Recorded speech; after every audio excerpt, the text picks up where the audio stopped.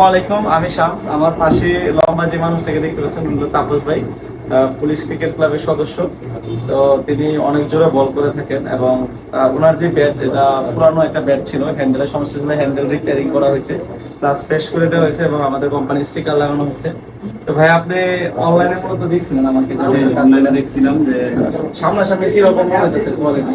সামনাসামনি খুবই ভালো লাগছে আমার কাছে। আমি দেখছি অনলাইনে যে টুগারের কাজগুলো আমার কাছে খুবই ভালো লাগছে, যার কারণে আমি আপনার কাছে আসছি। তো আপনার কাছে আইসা তো একটা দিয়ে গেছি, আমার কাছে এখন ভালোই মনে হচ্ছে, একটা ভালোই কাজ হয়েছে।